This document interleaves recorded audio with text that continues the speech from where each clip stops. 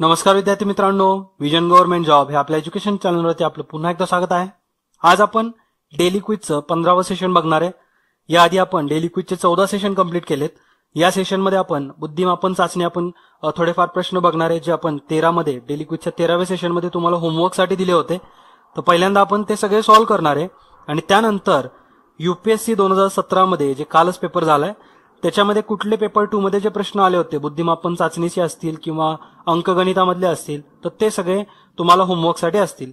मग आपण जे यूपीएससी मध्ये जे प्रश्न विचारले होते हे सगळेच्या सगळे डेली क्विज मध्ये आपण कव्हर करणार आहे. ओके, तर याच्या आधी आपण डेली क्विजचं 14वं सेशन बघितलं, त्याच्यामध्ये करंट अफेअर्स बघितले होते.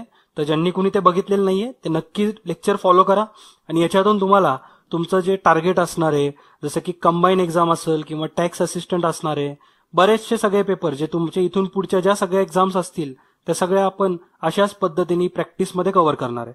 ओके, आणि नक्कीच तुम्हाला याच्यातून तुमचा स्पीड पण वाढत राहील आणि मार्क सुद्धा इम्प्रूव्ह होत राहतील.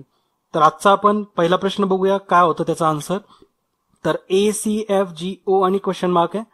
तर ऑप्शन्स दिले आहेत तुम्हाला. याच्यामध्ये आपण बघितलं हे सॉल्व्ह कसं करायचं, बऱ्याच जणांना माहिती सुद्धा असणार आहे. A ते M अशी अरेंजमेंट करायची एका रो मध्ये आणि दुसऱ्या रो मध्ये N पासून Z पर्यंत ही अरेंजमेंट करायची. काही काही जण नंबर पण देतात, जसं की A च्या वरती 1 नंबर द्याल, B च्या वरती 2, M च्या वरती 13 नंबर असेल, N च्या खाली म्हणजे N ला जो नंबर असणार दॅट इज 14 नंबर असेल, Z साठी 26. तर अशा पद्धतीने तुम्ही नंबर सुद्धा देऊ शकता, पण नंबर दिल्यानंतर जास्त गिचमीड होईल. त्याच्यापेक्षा जर असं 4-4च्या ग्रुपमध्ये फॉर्म करून लिहिलं तर काउंट करायला सोपं होईल. ओके, म्हणजे A ते D चारचा एक ग्रुप फॉर्म केला आपण, E ते H 4चा एक ग्रुप आहे. ओके, तर अशा पद्धतीने सुद्धा तुम्ही बिना नंबर देता सुद्धा सॉल्व्ह करू शकता. तर आता आपण प्रश्न बघू. A आणि C याच्यामध्ये 1चा गॅप आहे. अगेन C आणि F याच्यामध्ये सुद्धा 2चा गॅप आहे. म्हणजे गॅप हा 1-1 वाढत चाललाय. A आणि C मध्ये 1 होता, C आणि F मध्ये 2 आहे, त्यानंतर 3चा असणार, त्यानंतर 4चा असणार आहे, त्यानंतर O च्या नंतर आणि पुढचा एलिमेंट याच्यामध्ये सुद्धा एक 5 एलिमेंट किंवा 5 अल्फाबेटचा गॅप असणार आहे. मग त्याच्यामुळे आपला आन्सर भेटणार आहे U. ओके, हे प्रश्न सोपे आहेत, मात्र याची तुम्हाला प्रॅक्टिस करावी लागते. अशाच पद्धतीचे प्रश्न येतात एक्झाम मध्ये. पहिले 3-4 प्रश्न आपण सोपे घेतले होते, मात्र नंतर डिफिकल्टी लेवल आहे. ओके, क्वेश्चन नंबर 2 आता बघू. इथं तुम्हाला पेअर फॉर्म करायचे असणार आहे. अननोनच्या ठिकाणी एक पेअर भेटली पाहिजे, जसं की MF, PH, SK, VO हे जे ग्रुप दिले तर अननोन ग्रुप काय असणार आहे. तर M आणि F हे जर ऑब्झर्वेशन केले तुम्ही तर जे ग्रुप मधले पहिले अल्फाबेट आहेत जसं की M, P, S, K S नंतर V. तर V नंतर काय असणार आहे ग्रुप मधला पहिला अल्फाबेट ते आपल्याला ओळखायला लागेल पहिल्यांदा. तर M आणि P यांच्या जर पोझिशन्स तुम्ही बघितल्या, M आणि P मध्ये 2 एलिमेंटचा किंवा 2 अल्फाबेटचा गॅप आहे. त्यानंतर P आणि S याच्यामध्ये सुद्धा 2 अल्फाबेट, त्यानंतर S आणि V याच्यामध्ये सुद्धा 2. मग V नंतर सुद्धा 2 अल्फाबेट सोडून जो एक नेक्स्ट अल्फाबेट येईल ते आपल्या ग्रुप मधला पहिला एलिमेंट भेटेल. दॅट इज V नंतर 2 अल्फाबेट सोडा, W आणि X सोडल्यानंतर जो Y भेटेल तो ग्रुप मधला फर्स्ट अल्फाबेट असणार आहे. आता सेकंड अल्फाबेट आपल्याला हुडकायला लागेल. इथं आपल्याला आन्सर C किंवा Dच भेटणार आहे, कारण C आणि D याची सुरुवात Y पासून झाली आहे. सेकंड अल्फाबेट हुडकताना सुद्धा F त्यानंतर H चा विचार करायचा, H नंतर K नंतर मग पुढचा O. ओके, अशा पद्धतीने जर बघितलं F आणि H च्या मध्ये 1 अल्फाबेट आहे, H आणि K च्या मध्ये अगेन 2, त्यानंतर K आणि O च्या मध्ये 3 अल्फाबेट आहेत. तर O पासून जर 4 अल्फाबेट आपण सोडले तर आपल्याला जो भेटेल दॅट इज अवर आन्सर.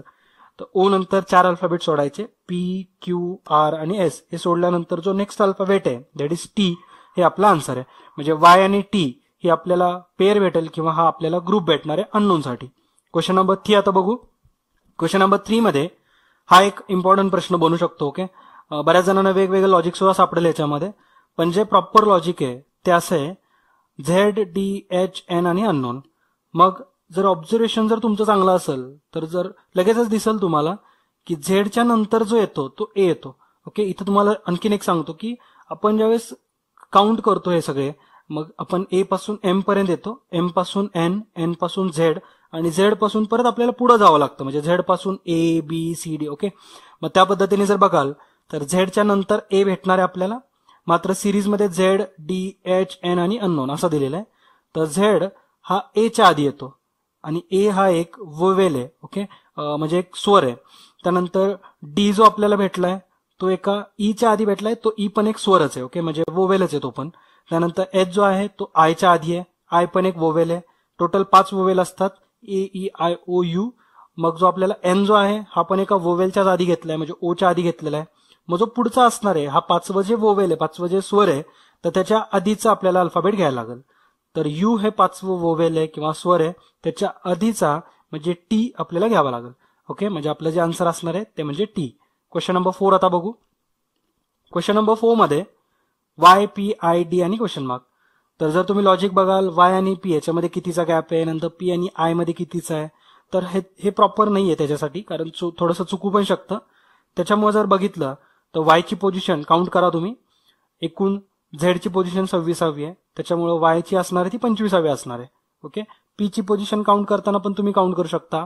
वरती 13 आहेत, एन 14वा, ओ 15वा आणि पी ची पोझिशन जी असेल ती 16वी असेल. ओके, आय जो असणार आहे मग 9वा असेल, डी जो असेल तो 4थ्या क्रमांकाचा. म्हणजेच हे प्रत्येक जे पोझिशन दिल्यात हे स्क्वेअर आहेत आणि कमी कमी होत चाललेत. म्हणजे 25, 16, 9, त्यानंतर 4 आणि जो नेक्स्ट किंवा जो सगळ्यात आधीचा स्क्वेअर आहे तो म्हणजे 1. ओके, म्हणजे जो आन्सर येणार आहे हा येणार आहे 1 पोझिशन वरती जो अल्फाबेट असणार आहे तो दॅट इज ए. ओके, पर्याय सी. क्वेश्चन नंबर 5 आता बघू. EJOT, त्यानंतर वाय आणि अननोन हे विचारले. अननोनच्या जागी काय असेल, तर EJOT आणि वाय. ई नंतर जर तुम्ही बघाल तर जेची पोझिशन काय आहे, तर जे भेटण्यासाठी आपल्याला 4 अल्फाबेट्स मध्ये सोडावे लागतात. त्यानंतर जे पासून परत 4 सोडल्यानंतर जसं की KLMN, तर हे 4 सोडल्यानंतर ओ भेटतोय. ओ नंतर सुद्धा 4 पोझिशन सोडायच्या, टी भेटेल. टी नंतर 4 पोझिशन सोडल्यानंतर वाय भेटेल. वाय नंतर 4 पोझिशन सोडायच्यात, म्हणजे झेड, ए, बी आणि सी हे सोडल्यानंतर जो अल्फाबेट आहे दॅट इज अवर आन्सर म्हणजे डी. क्वेश्चन नंबर 6 आता सॉल्व्ह करू. क्वेश्चन नंबर 6 अशा टाईपचा प्रश्न तुम्हाला एमपीएससी मध्ये दिसला असेल बऱ्याच एक्झाम्समध्ये. 35D, 23W, 68G, त्यानंतर 20T, अननोन, 17Q. तर 35 म्हणजे 3-5 म्हणून त्याला वाचा. 3 आणि 5 त्याच्यामध्ये डी आहे, डी ची पोझिशन 4थी आहे, 3 आणि 5च्या मध्ये येतो डी. 23W म्हणजे 23 ही डब्ल्यू ची पोझिशन आहे, ते इथे लॉजिक नाहीये. त्यानंतर 68J, 68G नंतर म्हणजे 6, 7, 8 7th पोझिशन ही जी ची असती. त्यानंतर 20T म्हणजे 20वी पोझिशन टी ची आहे. अननोन म्हणजे असणार आहे त्याच्यामध्ये असा पेअर असेल जे ओळीने दिलेत, जसं की 9, 10, 11, 7, 8, 9 असं काहीतरी असणार आहे. ओके, मग जर ऑप्शन बघाल तर तुम्हाला इथं आहेत बरेचसे ऑप्शन. 9, 11 जे सुद्धा आहे, 7, 9 जे सुद्धा आहे. मग जर जे ची पोझिशन जर तुम्ही बघितली तर जे हा 10व्या पोझिशनचा एलिमेंट आहे. ओके, आणि आपण आतापर्यंत 3, 4, 5 बघून झालं पहिल्या ग्रुपमध्ये. तिसऱ्या ग्रुपमध्ये 6, 7, 8 झालेला आहे. मग जो नेक्स्ट ग्रुप असणार आहे त्याच्यामध्ये 8 पासून नंतरचे काउंट करायला लागते, म्हणजे 9, 10, 11. ओके, म्हणजे 9 जे ची पोझिशन 10वी आणि 11 that is D is our answer. Question number 7 बघू. DFGJ, KM, NQ, RT आणि अननोन. तर डी आणि एफ, तर ह्याच्यामध्ये सुद्धा जे ग्रुप आहेत ह्याच्यामध्ये पहिले अल्फाबेट तुम्ही बघा. डी, जी, के, एन, आर आणि अननोन. तर डी आणि जी ह्याच्यामध्ये 2चा गॅप आहे. त्यानंतर जी आणि के यांच्यामध्ये सुद्धा 3चा गॅप आहे, म्हणजे गॅप 1नी वाढत चाललाय. त्यानंतर के आणि एन मध्ये जर बघितलं तर 2चा गॅप आहे. ओके, म्हणजे गॅप हा वाढत नाही चाललेला, तर +2, +3, +2, +3 असा गॅप होत चाललाय. म्हणजे ओके, पहिल्यांदा 2चा गॅप आहे, त्यानंतर 3, परत 2, 3. ओके, मग आर नंतरचा जो भेटेल आपल्याला तर त्याच्यामध्ये आणि आर मध्ये हा 2चा गॅप असणार आहे +2चा. तर आर आणि +2 केलं तर ST सोडून यू आपल्याला घ्यावा लागेल. तर आपलं जे आन्सर असणार आहे हे ए किंवा सी असणार आहे, ज्याच्यामध्ये यू हा पहिला अल्फाबेट घेतलाय ग्रुपमध्ये. मग दुसरा अल्फाबेट उडकताना FJMQT यांचा विचार करायचा. एफ आणि जे याच्यामध्ये गॅप जर बघाल तर एफ ऍक्च्युली 3चा गॅप आहे. त्यानंतर एफ आणि जे मध्ये 3चा गॅप आहे. त्यानंतर जे आणि एम मध्ये 2चा गॅप आहे, म्हणजे +3, +2, +3 असं होणार. ओके, मग जो टी नंतरचा जो आपल्याला अल्फाबेट बघायचा असेल म्हणजे त्याच्यामध्ये आणि टी मध्ये हा गॅप कितीचा आहे, तर एकूण 3 अल्फाबेटचा गॅप असणार आहे. ओके, म्हणजे UTV UT आणि W सोडल्यानंतर जो आपल्याला नेक्स्ट भेटणार आहे दॅट इज अवर आन्सर, म्हणजे एक्स हा आपला आन्सर भेटणार आहे. क्वेश्चन नंबर 8 आता सॉल्व्ह करू. हा एक भारी प्रश्न एक्झाम मध्ये बनतो हा. BOC, PDQE, RF, SGT आणि अननोन. मग आपल्याला अननोन ग्रुप काय असणार आहे तो फॉर्म करायचा आहे. ऑब्झर्वेशन चांगलं पाहिजे याच्यासाठी. बी आणि सी हे एक नेबर आहेत, त्यांच्यामध्ये ओ घेतलेला आहे.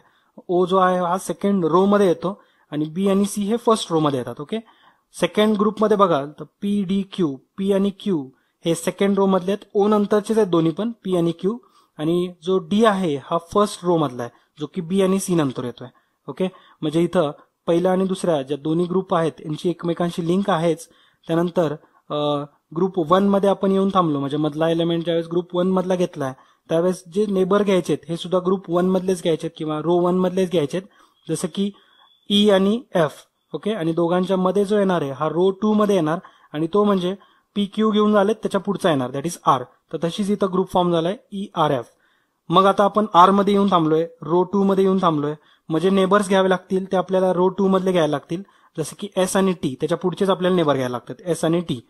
आणि त्यांच्यामध्ये जो येणार आहे हा रो 1 मध्ये आपण जिथं थांबलो होतो, दॅट इज आपण ई आणि एफ मध्ये थांबलो होतो, एफच्या नंतरचा जो आहे अल्फाबेट तो दोघांच्या मध्ये येणार, एस आणि टीच्या मध्ये मग जी येणार आहे.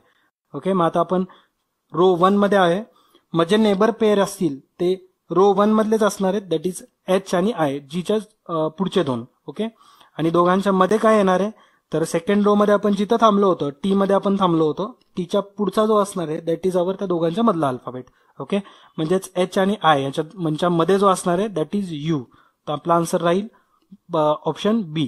क्वेश्चन नंबर 9 आता सॉल्व्ह करू.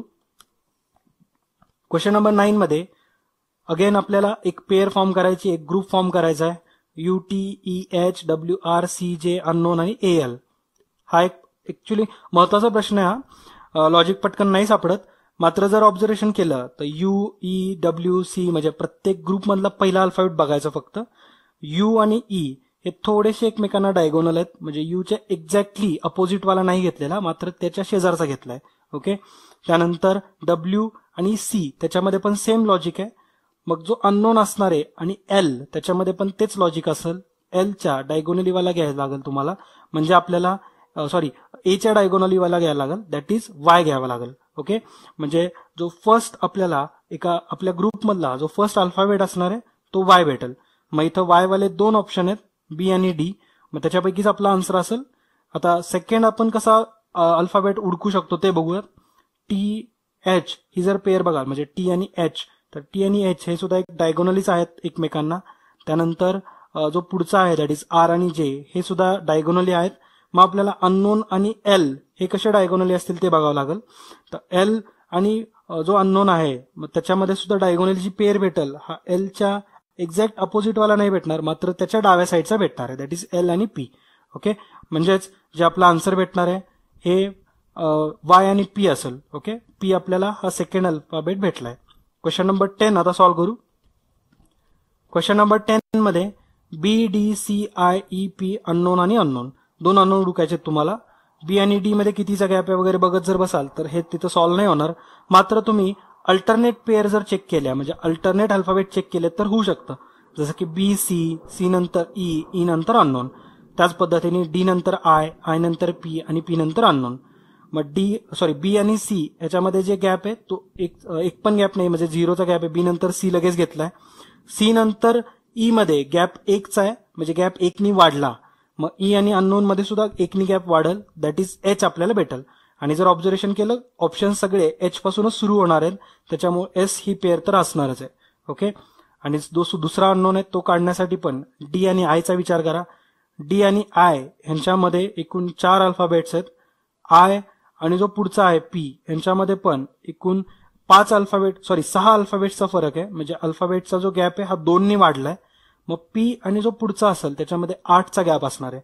म्हणजे तुम्हाला Q S, S T, U V हे 6 झाले. त्यानंतर डब्ल्यू आणि एक्स हे सोडल्यानंतर जो नेक्स्ट अल्फाबेट आहे तो घ्यावा लागेल, दॅट इज वाय. ओके, त्याच्यामुळे जे आन्सर राहील हे पर्याय डी हे करेक्ट आन्सर राहणार आहे.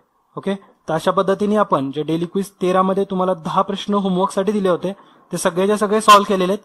आता या डेली क्विज सेशन मधलं जे 15वं सेशन आहे आपलं, याच्यामध्ये आपण युपीएससी 2017च्या पेपर 2 मध्ये जे प्रश्न आले होते ते सगळे सॉल्व्ह करणार आहे, किंवा ते सगळे तुम्हाला पहिल्यांदा होमवर्कसाठी असतील.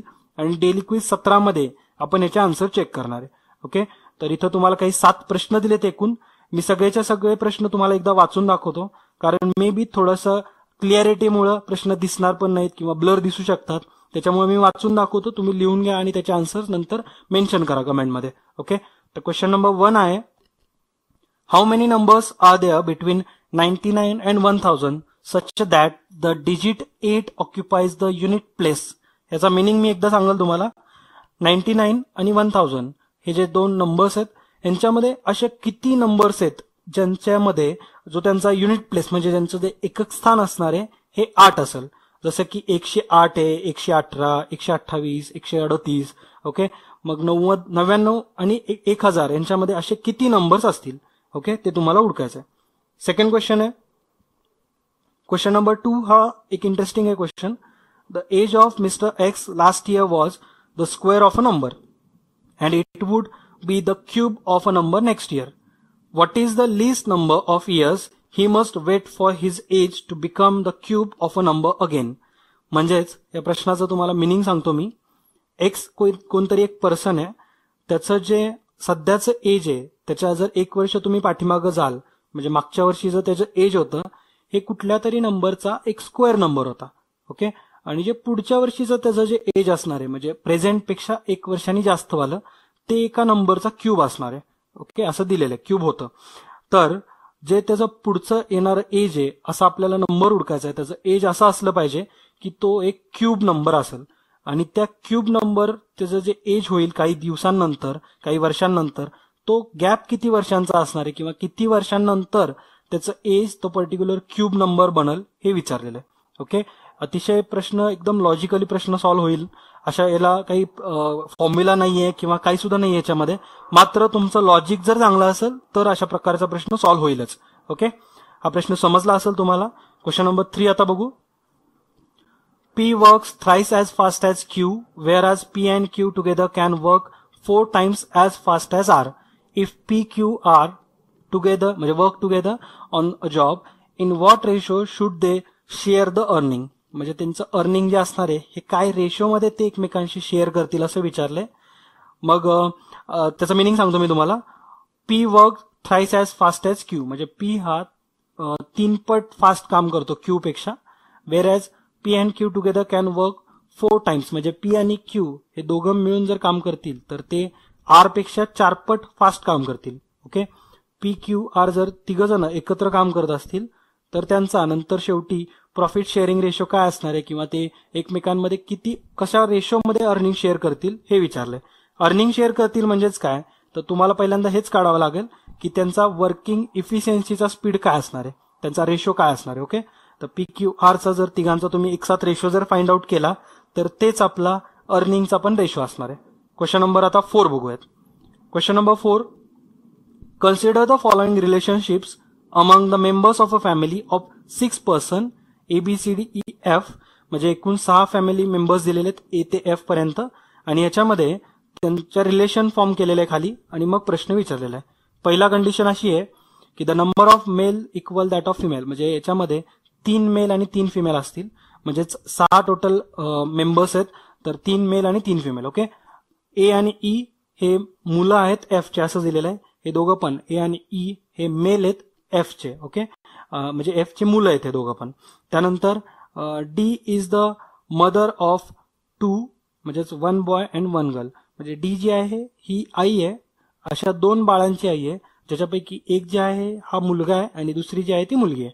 ओके, चौथी कंडिशन आहे B is the son of ए म्हणजे बी हा मेल आहे आणि तो मुलगा आहे ए चा असं दिलेलं आहे. मात्र ए बद्दल असं सांगितलेलं नाहीये की ती आई पण आहे, आई असू शकते किंवा वडील असू शकतात. ओके, आणि 5वी कंडिशन आहे there is only 1 married couple in the family at present म्हणजे सध्या एकच मॅरिड कपल आहे या फॅमिलीमध्ये असं सांगितलेलं आहे. ओके, आणि मग आपल्याला या पूर्ण फॅमिलीच्या रिलेशनवरून काही कन्क्लुजन काढता येईल हे 4 ऑप्शन दिलेले आहेत.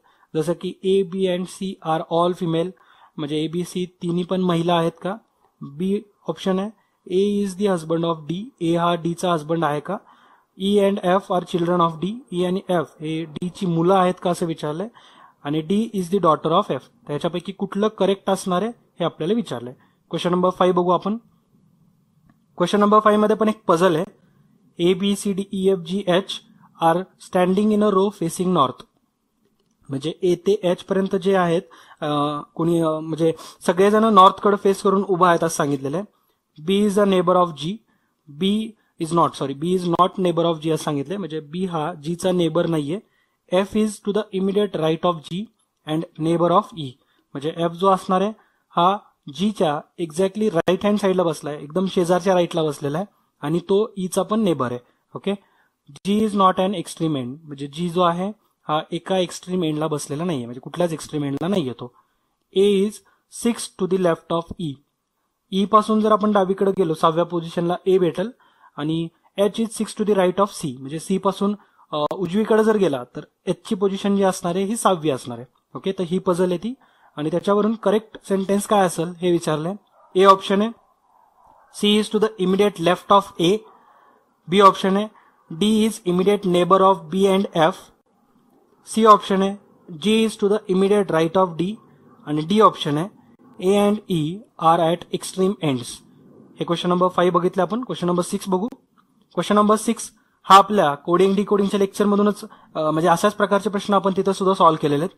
256 मीन्स रेड कलर चाक, 589 मीन्स ग्रीन कलर फ्लॉवर, 254 म्हणजे व्हाईट कलर चॉक. तर what is mend bye white, म्हणजे व्हाईट साठी कुठला कोड यूज केला असेल असं विचारलेलं आहे. ओके. पर्याय दिलेले आहेत खाली. हा एकदम सोपा प्रश्न आहे, बट याची प्रॅक्टिस जर असेल तरच तुम्हाला एक्झाम मध्ये पटकन सॉल्व्ह होईल. क्वेश्चन नंबर 7 बघू. Suppose the average weight of 9 person is 50 kg. The average weight of the first 5 person is 45 kg, whereas the average weight of last 5 person is 55 kg. Then the weight of 5th person will be.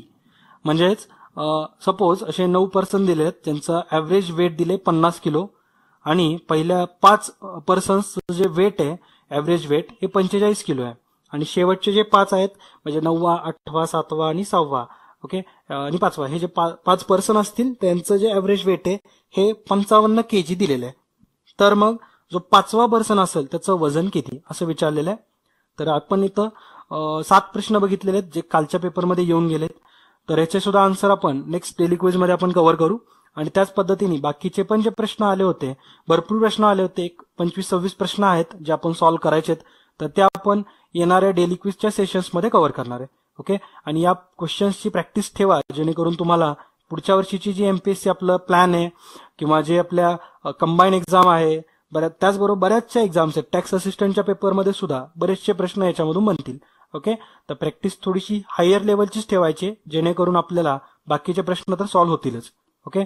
तर आजचं आपण daily क्विजचं session complete केलेलं आहे. तुम्हाला हे session कसं वाटलं हे नक्की कमेंट करून कळवा. जर सेशन आवडलं असेल तर त्याला नक्की लाईक करा. ओके. तर भेटूया आपण पुढच्या भागांमध्ये. तोपर्यंत जय हिंद, जय महाराष्ट्र. धन्यवाद.